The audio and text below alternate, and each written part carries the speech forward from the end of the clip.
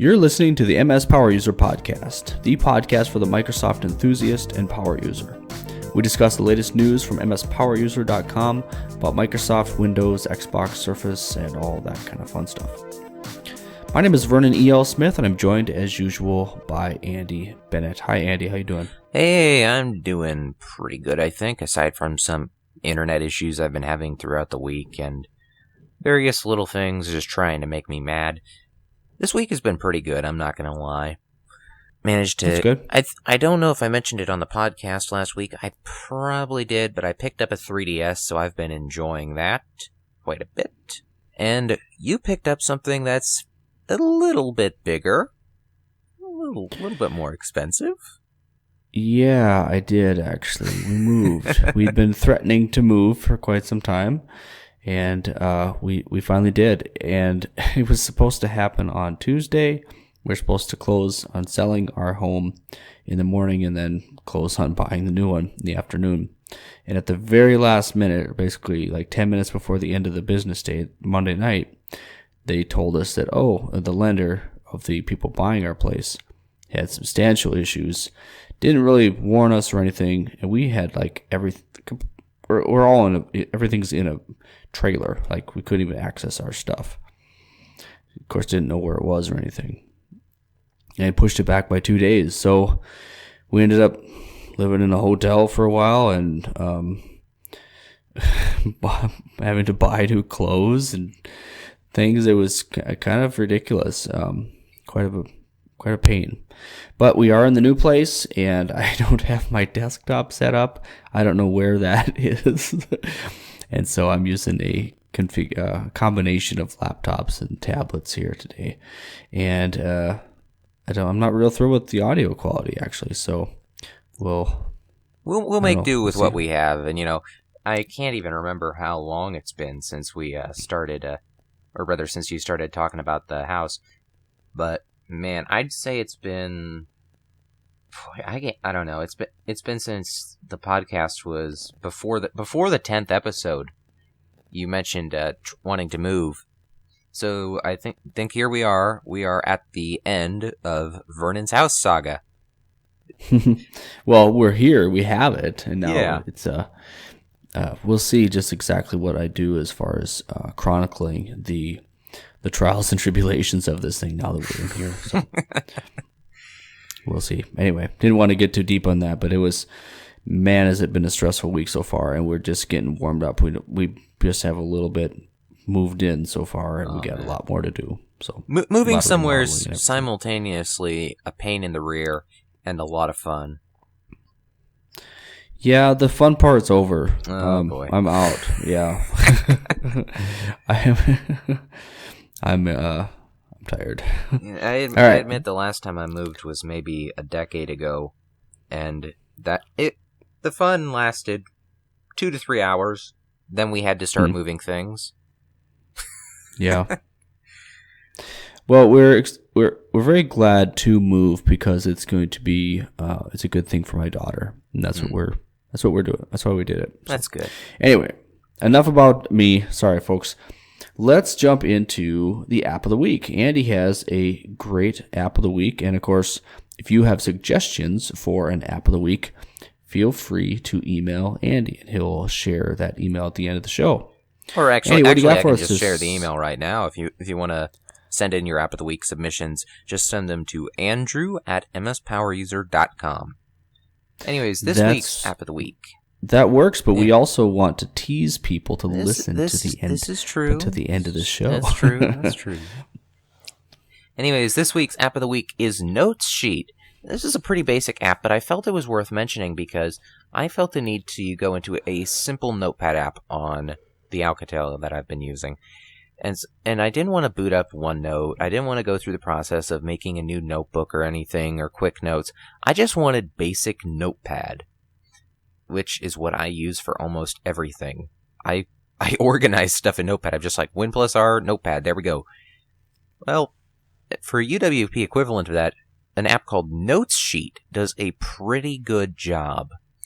It's a UWP app that runs on your phone, your desktop, of course, and It's very nice. It's a simple notepad-like app, but you have some cool extra features thrown in. Like, for example, it's got a dark theme, which is especially handy if you're like me and stay up late just throwing quick notes in a notepad. Your eyes usually end up nuked. And dark themes, night mode, whatever you want to call it, is one of my personal favorite features of Windows 10 because it means that I no longer have to get shades on when I want to work on something at night. So that's a very nice addition, especially for text editing. There's also other couple of features built in, like, for example, printing whatever you write out, pinning documents to start, sharing the documents, a recent list of files, and it's also got some formatting options as well, which is nice. You can change the fonts of things, the way it's laid out, enable spell checking. It's a very good app. As always, it'll be linked to in the show notes. But of course, you can always just search the Windows Store for Notes Sheet. If you're like me and just wanted something pretty simple to write in little text files, there you have it. And quite often, apps that do one specific thing don't have the extra clutter, and that often makes them better, and that's fine. Oh yeah, definitely. But could you elaborate a little bit more on why you feel that this is better for you than OneNote? What is it? Well, it's not exactly about OneNote that is not exactly better than OneNote, but like there's two different purposes I have. I go into OneNote for complex planning and deep organizing. Same reason I'd boot up something like, say, Excel. When I go into just writing down a text file, I go to Notepad. If I want to just type in something quick, like a memo or whatever, for example, if I'm using my S7, I'll just open the Memos app and type out a basic text file there. I don't really see OneNote as a place for quick and basic text files. It's something that is bigger, more complex, deeper, not just something super simple. I wouldn't say overkill is the right word, but rather too much for what I'm thinking of. If that makes any sense. Well, I don't disagree with that, but I think that still so many times that the use case scenario for OneNote is something super simple. Just like, hey, the shopping list going somewhere, or putting together just a quick, lists in general in many cases. And I find I do that quite a bit, and it's just all integrated. I really like the search aspect of it. You can search within all of them if you need to. That's fair. And even if it's just if it's inking, it's still going to pick up on that. The audio files that you can plug in there, whatever. So to me, I guess I don't feel like OneNote is too bulky, because that extra, the extra Chrome, the ribbon or whatever, the extra things that are in there don't really get in my way. But I can see how other people would like something else. Yeah, and I get your side of it too. But yeah, again, if you want to send in a submission for App of the Week, just contact me, Andrew at mspoweruser.com. Alright, now to move into this week's news. Right, this week, for the past couple of weeks, we've been getting builds on Thursday, with the exception of Thanksgiving week, of course. And this week's build is a bit of an interesting one, as it is only released on mobile. This PC users get left out in the cold, sadly, because there is a blocking bug involving certain apps being completely broken. And while apparently there are some PowerShell solutions that fix some of them, there are some that are just permanently busted. So, no PC build for a little while. Hopefully, it'll be fixed by next week. Okay. And so, It's not really a big build. This is build 14977, mobile only, and it brings EPUB support to Edge, which we talked about last week. Was it last? No, a week or two ago. Yeah, it was 2 weeks ago, I think, that we talked about EPUB support coming to Edge. Yep, that was it. 2 weeks ago. That feature has finally hit mobile, meaning that you can read EPUB books on your Windows 10 mobile phone, which is pretty nice. I'd expect the page-turning aspect of it to be way better there, though I have yet to enroll my device into the Insider program. I probably should sometime. And the other big addition this week is that third-party alarm apps can now break through quiet hours, meaning that if you want to wake up but you don't want to have any other... Well, you turn on quiet hours if you don't want any notifications from apps. You turn on alarms if you want a notification. The built-in alarm and clocks app already breaks through quiet hours and basically makes it all null and void for that specific app. And now this is extended to third parties. So that's nice. Vernon, your thoughts, if any? I'm thinking that my mouse is actually pretty loud. I don't know if you guys can hear that. So I apologize. Whatever. We can make some exceptions for this week, I think. Because I guess this is essentially your setup. You've shared it on Twitter. It's a pretty jury-rigged setup involving 2 Surfaces and a laptop, if I saw that correctly. Well, 1 Surface and 2 laptops. I have my old work laptop going, and I don't even have a charger for that, so I don't know how long that's going to last. I don't know where that is. Then I'm using my wife's laptop just to run, OneNote and the browser, and then, of course, running Skype and Audacity on my Surface. And, whatever. Not incredibly important, but that's what I'm working through. Yeah, so if you hear some background noise, then make an exception for him this week. Next week we got to bring down the hammer. This week we can make an exception. Yeah, I'll be back to my regular setup. Hopefully improved setup by that time. Now, this next bit of news was something that happened after we recorded. It broke on Friday of last week. We recorded Wednesday of last week because of Thanksgiving, and it's pretty big. So we're going to talk about it anyways, even if it does seem slightly old by now. Windows 10 Redstone 3 will feature a new design language which is currently codenamed Project Neon. All caps, not very extreme, of course. And this is interesting to me because it was originally broken over at Windows Central by Zach Bowden. And it's a new design language which has a lot of potential, in my opinion. Because the goal for it is to basically take the current modern design language 2 and build upon its strengths while also adding a significant amount of visual flair to it. And, I don't know. Vernon, how do you feel about the current way that Windows 10, both PC and mobile, looks? It's not bad. I'm okay with it. I kind of like the wireframe where we see that in some places. It still doesn't... I just don't feel that it's really cohesive, but it isn't bad. It isn't jarring between different areas, but it still isn't entirely aligned. As far as visually stimulating, I don't need that. I just need to know where to go. I'm not one for extra flair or chrome. That's just not my thing, but I'm kind of that get off my lawn party pooper, so I understand how this could be valuable to some people. Yeah, and then my perspective is that, like, Windows 10, it is an inconsistent mess that really, really, really needs a dose of polish, but the core of it is really good, I think. I think that the hamburger menu designs are a good idea for some apps, not all, some, and I feel as if certain areas of the operating system, like, for example, the start menu looks good. The Action Center mostly looks good. Could use a little more... There's a few areas where I think it could be broken up a little bit more. For the most part, Action Center looks pretty good. Start menu looks great. Cortana looks pretty good. Hamburger menu... I said the hamburger menus look good. But the thing is, about the hamburger menus looking good, is that we are on, like, 3 to 4 designs for them, and that's just in the official apps.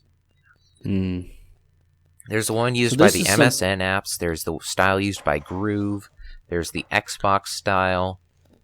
There's just so much. This is what I would like to see when it comes to that hamburger menu, and I don't want to dwell on it. I say this all the time. But just like we can toggle between dark mode, or like we can go in and out of tablet mode on a Surface or something, I think we should have a tablet mode or touch mode for hamburger menus where they basically drop down. You can place that menu where you want it. You could have it at the bottom left or the bottom right instead of the top left. Top left obviously being for a mouse, using a mouse, where the bottom menus could be for touch. Or just depending on where maybe when you use a tablet, perhaps your hand is more likely to be near the top right. Well, then you could just select it there. Just like you can pin your taskbar on your left, top, right, bottom, or whatever. And I set that up differently depending on what I'm doing, and especially based on whether it is touch or a mouse interface or interaction. So to me, I would rather just have that hamburger menu change based off of how you're interacting with it. Yeah, that's an interesting idea. Definitely one that I don't think we're going to see with this, but it's an interesting idea. As far as I can tell, the majority of this new design language is going to be almost totally visual. For layout stuff, we're probably going to see the same thing, except with more consistency across various apps. And it's been worked on for a year internally. So it is good that they are putting time into this. We have not heard a peep about this for a solid year. So I'm hoping that we end up with something good. They aren't just rushing it out there. They aren't hurrying to tell us, guys, we're working on something new. They are waiting until it is finished. And it's especially since that it's currently set for Redstone 3, which isn't... the timing of Redstone 3, I believe it's been leaked or talked about before. I'm not 100%. I don't know it off the top of my head, but I'm going to assume that we're probably going to hear something about this at next year's build conference for sure. Would be a good time to publicly unveil that a new design language is happening at your actual developer conference as opposed to just whenever. I think that'd be great timing, actually. And I also think that we might be seeing some elements of this come into current apps, because it talks about better visuals, got more consistency, and specifically mentions smooth transitions throughout the user interface. If this is a visual upgrade, then take a look at some of the apps that have been getting updated lately. Like, for example, Microsoft Groove is getting huge visual updates regularly. It recently got it so that first it was at the seek bar area, the little bottom bar that's colored. It's now got a blurred background, which I don't believe is part of the Modern Design Language 2 guidelines at all. It's got sticky headers for artists that will shrink and blur whatever's behind them. It's got all these things that are... Now that's actually quite a bit similar. That's very similar to the old Zune software. I didn't know that. Huh. But it's got all this visual flair getting packed right into Groove. Like, maybe it's like a test bed, I think. They'll see this. Okay, do people like having this blur in Groove? Do they like having that sticky header in Groove? Do they like that? Then build off that. If people like this in this app, they'll probably like it in others too. So let's keep moving it throughout whatever. And I think that you should keep an eye on the apps getting updated recently. Like, also the Photos app, has been completely changed around a couple of weeks ago. And it's getting even more updates, which we'll talk about in a minute. But if you want to talk about something with smooth transitions, then yeah, the new Photos app is one for it. It's very smooth, very easy to go through. You don't have a hamburger menu. You've got... oh boy, I open it up and it's starting to freeze, so that may be a bad example at the moment, but... It's got smooth animations where you click on a photo, it'll pop up and zoom in. You've got nice pivot menus that you can swipe through.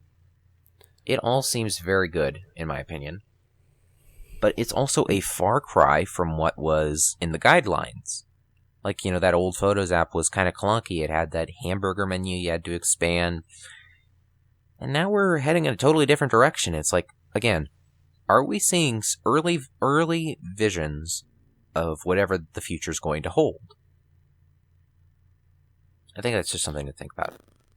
Yeah, well, I think we'll probably find out a lot more around build. That'd be pretty. That'd be good. Yeah, maybe even before build if more stuff continues to leak out. But I'm excited Well, I'm for the sure. future. Yeah, I'm sure stuff will get leaked out, but it'd be Yeah, nice to see their. I just want to see. Share their vision. I want to see pictures of this thing and find out what it's going to look like. Because like words of an image are one thing, but then there's actually seeing the image. You know. Mm-hmm. It's nice to hear that they want to get it done before they release it. Yeah, for sure. Oh, yawning here. That kind of is counterintuitive when they talk about the insider builds, because they really test out people's reaction to it that way. Yeah, I think that But one of the things nice... about the insider program is that I still believe that you do need to keep some things secret for a while. Because if you put out, say, 1/4 of whatever you're working on, people are going to look at it and go, "Oh boy, 1/4 of whatever's being worked on. Okay, that they'll see its unfinished state and go, that's crap, whatever, and quit caring." Mm-hmm. And I think that kind of happened to Edge. Its debut was not the brightest one. I mean, aside from the insider builds, when it first launched with Windows 10 even, it lacked extensions, it crashed quite often for me, and it was lacking just way too much to be even considered usable. That's since changed, don't get me wrong, but if they'd been able to hang on to Edge for a while, just keep it fast ring or something, and then until they had extensions, I think that in itself would have been such a huge... For sure. That it could have been received quite a bit differently. For sure. It should have... There was just so much that they could have done to make Edge's launch better, but now it almost feels as if some things are too little too late, especially because of how slowly it gets updated. If you're going to update your browser only with each Windows build, then I'm sorry, but you are really going to lose out. Mm-hmm. Anyways, I guess that's enough of that tangent for a while. And moving on towards what's actually in our schedule, the Photos app is updated for insiders, which I said a minute ago. We talk about it in a minute, so whatever. And this brings improved animations, as well as a couple bug fixes and the ability to share something right to Sway from the share charm. Although I guess we don't call it a charm anymore, whatever. So that's pretty nice. And again, another step towards what might be another design language or whatever. And yeah. The extra animations, it doesn't really do much for me, but it really does help kind of not gloss over. It helps mask long loading times, and that's something that Windows Phone has done for a long time. It's always been relatively stable and smooth, quick in many cases, but it always felt that way because the animations and transitions were there, and it, like I said, kind of masked it. So sometimes you'd rather just things pop up right away. If you know it's going to be fast, you'd rather just see it there. You don't want to wait for an animation, but then again, an animation can be, slightly entertaining or something a little bit idiosyncratic that can bring a little pep of joy to one's life. Yeah. But, I don't know. And so something I forgot to mention in the notes, just for a little segue here, that being able to share to Sway is nice and all, but the share UI is still pretty Windows 80. You open it up, and it's like, okay, this looks out of place. It doesn't have any nice backgrounds or blur like the Action Center does. It's just there. And it's solid. It's still very tablet-oriented. Still covers the taskbar, unlike every other thing. Mm-hmm. And that's getting changed. I forgot to put this in the notes, but the Share UI is getting updated with presumably Redstone 2. And Mahidi found a way to enable it, which is super cool. Let me see if you can pull it up on the site, to take a look at it on your own. That would be cool. You just search Share UI and it'll be there. But anyways, for me, if someone has already seen it, the new Share UI is going to be right in the center of your screen. it's not going to be a slide-out bar or anything. It's going to be a dialogue that pops up in the center of the screen, similar to the window that pops up and asks you, what do you want to do with this file? How would you open this? What do you want to do it with Edge, Firefox, Chrome, what have you? That type, similar to that. Is going to have a list of recently used apps to share, apps you can share with, and a link to get more in the store, of course. And this is just another nice little user interface update that has been needed for a while. Brings a little more consistency to the operating system. It'll look pretty good when it's finished. And if you are an insider and would like to enable it and check that out, we will have a link in the show notes to the article where it talks about how to enable it. Mm-hmm. Okay. Well, Vernon, would you like to talk about the next story, which is also about sharing? All right. So, social media progresses, and we love our memes. We, it used to be always, sharing a lot of pictures that would draw people in. Then you'd have to share a meme. That's the cool thing. People were sharing videos, and of course, the animated GIFs or GIFs, depending on your preference. And so this is something that Twitter has been it has been part of Twitter for a while, natively, and it is now part of the Windows 10 app, Windows 10 Twitter app. Took a little while to get there, but it's now basically within feature parity of the other apps. And okay, that's good. Nice to see it. Catching up. Yeah, Andy, how do you pronounce this? Oh boy, there's a few things you're not supposed to talk about: politics, religion, and how you pronounce GIF. That's okay. Needless to say, I pronounce it the correct way. Yeah, that's what I think. GIF. I mean, whatever. I have no idea why the creator says it's GIF, but we are talking about something that is not peanut butter here, pal. Mm-hmm. But yeah, as for Twitter finally giving Windows users the ability to see and share GIFs, it's like, guys, this is something that you should have been doing, that should have been in there long, long, long ago. I have no idea why you have so many different apps with so many different levels of features. Why can't you just, do what every other company in the world does and roll one feature out to everybody? Wouldn't that be cool? Yeah.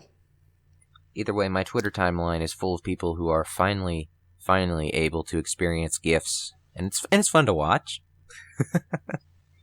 Far more on my timeline than usual.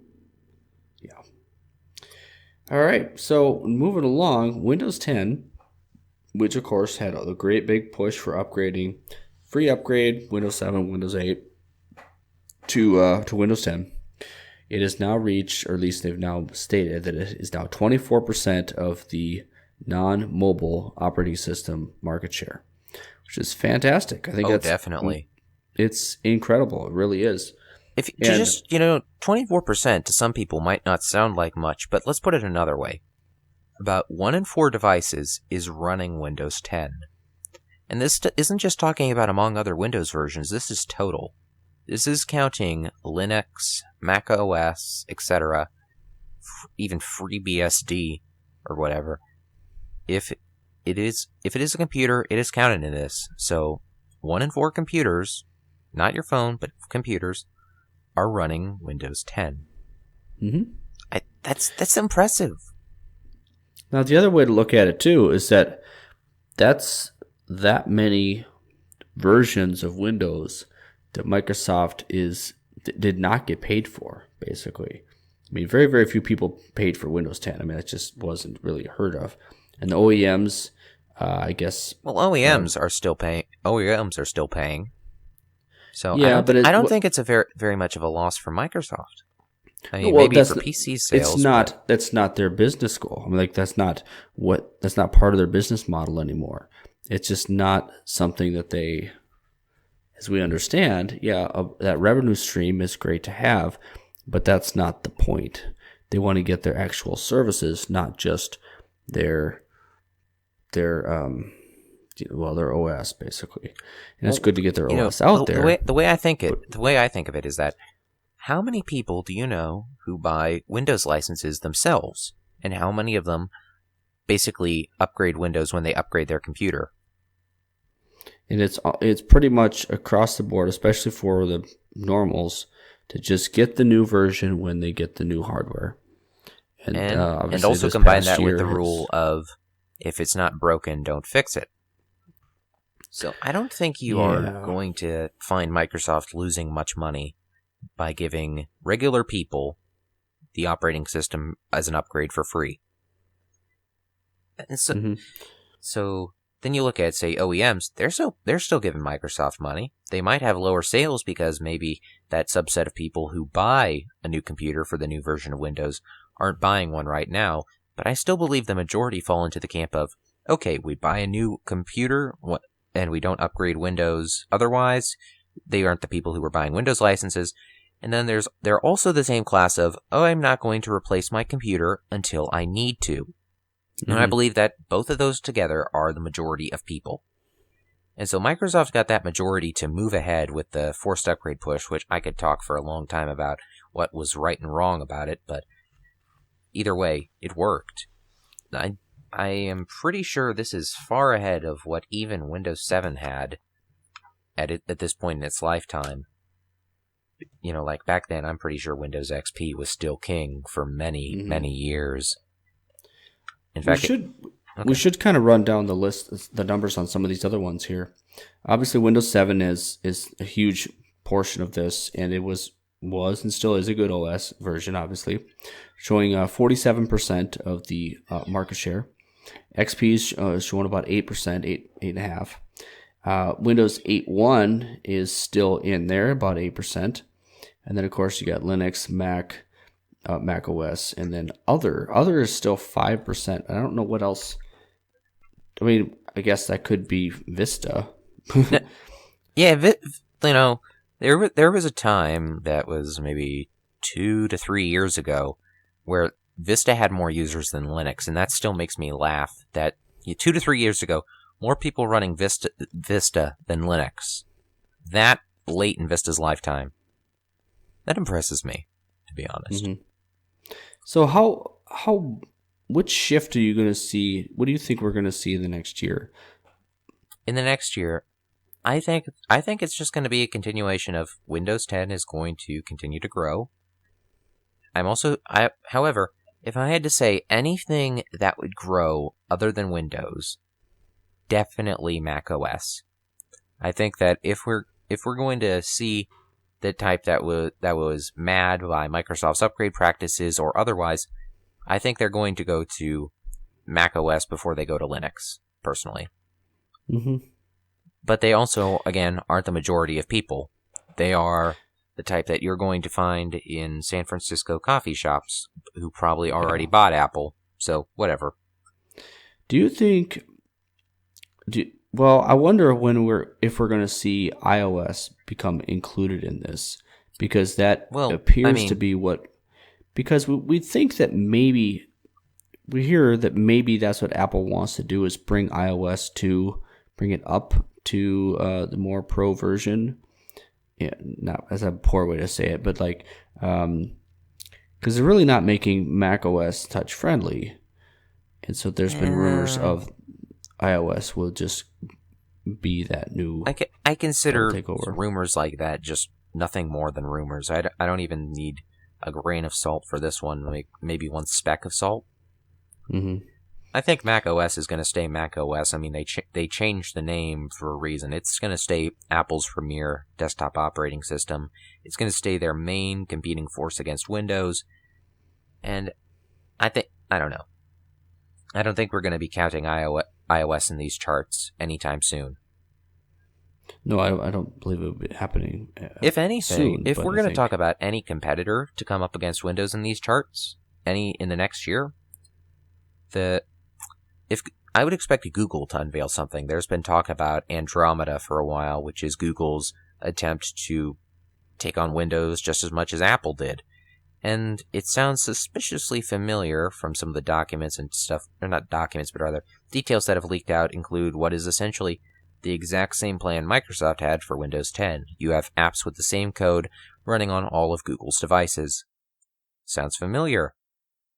But yeah, I think Windows 10 is here to stay, and it's going to keep on growing and growing and growing as more people decide that their PC is now in the "it's broke, let's fix it" area. Microsoft is selling they've been selling their feature phone assets, which they got from Nokia. Not something major, but this leads into another story. But I think maybe you know about the feature phone side a bit more than I do here. A little bit, yeah. I mean, it's finally getting sold off. It was Foxconn and its subsidiaries or parent companies or whatever. Most people know Foxconn, and they're the ones who bought this. They're going to continue with the Nokia brand for like 10 years or something. And while I guess I don't blame them for doing that because of nostalgia and because of how strong the Nokia brand has been, especially in less developed countries. I don't know how much longer, at some point that brand name is going to wear off and not really hold the same appeal. And so I really don't. With our next bit of news, I think that they're going to keep it around some. Well, as far as the feature phones, we'll see. We'll see what happens with that. But it is still good to have those little feature phones. And I think that I actually wish that there were more feature phones available in the U.S. that were still decent, because there are so many times you just need to make a call. It's like a cheap burner phone for your glove compartment or whatever. Yeah, and I see that. Tough to come by now. Yeah, well, burner phones in general, they're trying to crack down on those. I remember hearing about legislation where you would need to start filing far more information about yourself for them, thanks to a lot of people using those to get around the law. But that's a subject for another thing. Yeah. Moving on to our next news regarding Nokia. Well, they're working on an Android phone. They have been for a while. Yeah. But they are going to return to the market with the Nokia brand on an Android phone early 2017. The comments section on this article, if you, I don't exactly think I need to describe it because you already know what you're going to see here. But go look if you want to have some fun or be sad, whatever. Yeah. And not really sure how I feel about that. Like, I don't mean this in a "wow, I can't believe they're betraying Windows Phone" kind of way. I mean this in a okay, good luck competing. Yeah, because however, what is going to set it aside? But the thing is, when a lot of people think of Android phones, there's a couple different classes of people. Some people are going to be buying Nexus/Pixel only. Some people are going to be buying Galaxy only. Some people are going to be buying cheap little whatever phones. And that's the three classes I know of. Maybe there's a couple more with some extreme brand loyalty to somebody else, but good luck getting into this market. It is. Yeah, I would say the fourth type of person that's going to get them is this, that they will get whatever the salesperson at Verizon or AT&T gets for them. Where they're just like, well, yeah, my grandkids told me I should get a smartphone, so here, Mr. Verizon salesperson, which one should I get? Well, I think you should get the $1,000 Droid Turbo Maximum Ultra Hyper. Yeah. Also, here's a $2,000 warranty, thanks. Mm-hmm. But yeah. I don't know. I think the phone will be good, but I don't know if it will take off. I do have some hopes because it's Nokia. However, how much of Nokia's brand got destroyed over the past couple of years? It's really been getting whittled away. The Microsoft buyout was something that made sense, but how Nokia was handled did not, I think. Mm-hmm. I don't want to beat anyone down or anything, but it's undeniable that could have been handled better. Like, we see the Lumia brand being killed off of all things. Just, why did you buy it just to kill it off? And that also leads into our next story. I think I've uttered those words far too many times today, but anyways, I'll leave this one to you, Vernon, as Microsoft shareholders question Satya Nadella about their mobile vision. Yeah, so occasionally Satya will talk about what the future is going to hold. He wants to keep people excited about something without, telling, the whole story.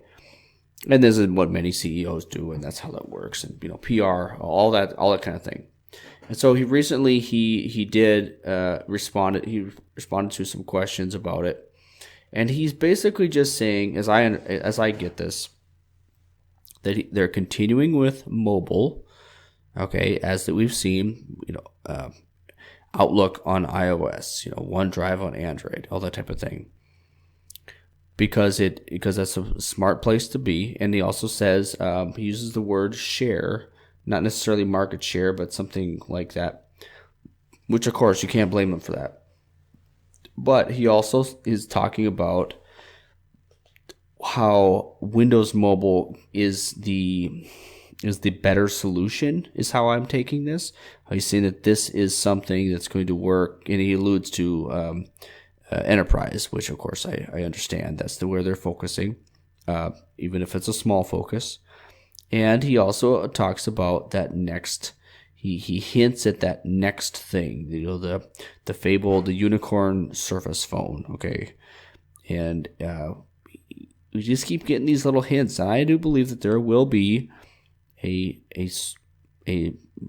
flagship mobile device, cellular mobile device from Microsoft, next year. Yeah, we talked about that last week, the ultimate mobile device that I don't know what it's going to be. I'm interested in seeing it, what it's going to be. And I don't know, the future has a lot of potential. And I'll just leave it at that. Right. I'm looking forward to seeing what they come up with. But, the other OEMs have a great opportunity here as well, especially if they can piggyback on the enterprise side of it. If they can do that right, they don't need a huge market share. They just need to be profitable, and that's fine. Microsoft does not need their OS. Their OS is not going to make them money. Their services are going to make them money.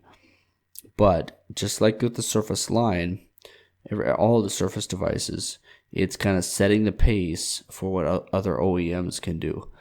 And if they're going to do this Surface Mobile or Surface Phone thing sometime, it's not just going to be a small Surface. It's going to be, like we talk about all the time, it's going to be unique. It's going to redefine the space, or really just start a new space, I feel. I don't think it's going to try to go compete with the latest Note line or the iPhone necessarily, but it's going to be it'll be a small computer, I think. Yeah, there's a lot of stuff we could think about, but it's going to be interesting. And you put our next story in here, and you know far more about it than I do, I guess. So, hats off. Again. All right, so Swiftkey, people have been using Swiftkey for a while, obviously, and it's available on iOS and Android. Microsoft owns Swiftkey, and it's something that it used to be you would pay for these themes, and of course Swiftkey needed to stay in business, and that's fine. That's get compensated for doing a great job. That's good. Well, Microsoft is basically making these themes free because they're Microsoft. Yeah, Swiftkey is a very small venture for Microsoft. It's just kind of one more aspect, one more little component to their mobile game, and that's fine. But they are making these themes free. Many people have complained that there is no Swiftkey app for Windows Phone, and I don't blame them. I think it should happen, but then again, I just want to interject here and say that I wonder if Microsoft is like waiting with all these little companies and apps they bought up. Are they waiting to have some big Windows app push down the line and release all their apps for Windows at once? Because we've been talking about Project Cheshire over on some episodes, and it's I forget, is it Todoist or Wunderlist, whichever one Microsoft owns, maybe both of them even. But Microsoft buys to-do list companies. Microsoft buys mobile keyboard companies. They buy all these little things, and we already know that at least one of them is working on a fancy Windows 10 app. What is there to say that they won't have all these other companies working on their apps too? I don't know. Well, as far as the keyboards, Windows Mobile doesn't allow for third-party keyboards, and that's unfortunate.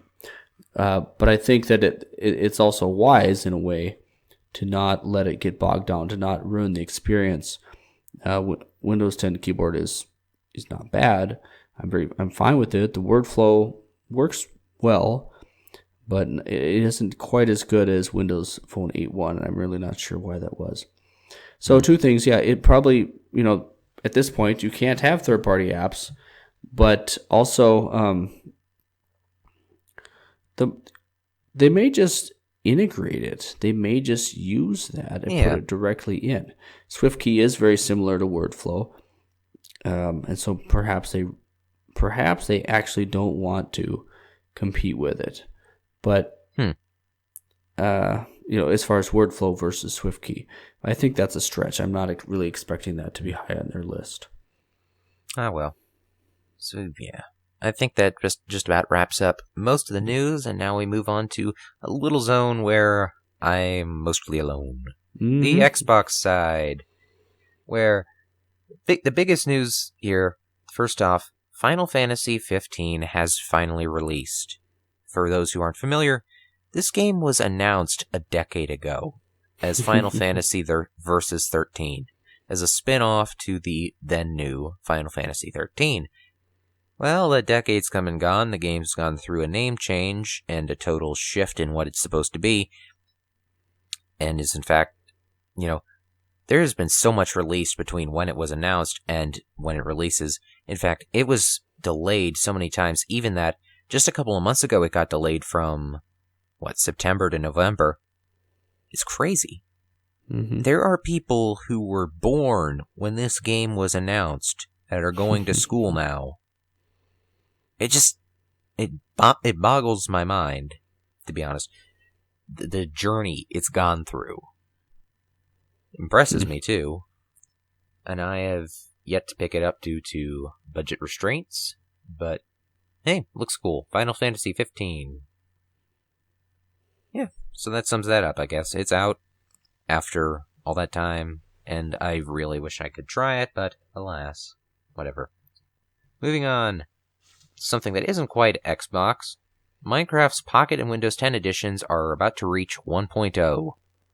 And this mirrors the 1.0 update for the original Java version, bringing the end area to the game, as well as little nice upgrades and features. And finally, Xbox One's backwards compatibility feature has been updated, backward compatibility has gained 2 more games, those being Injustice Gods Among Us and Haunted House, the latter being one you haven't never heard of and will never hear of again, the former being a really good fighting game featuring Batman.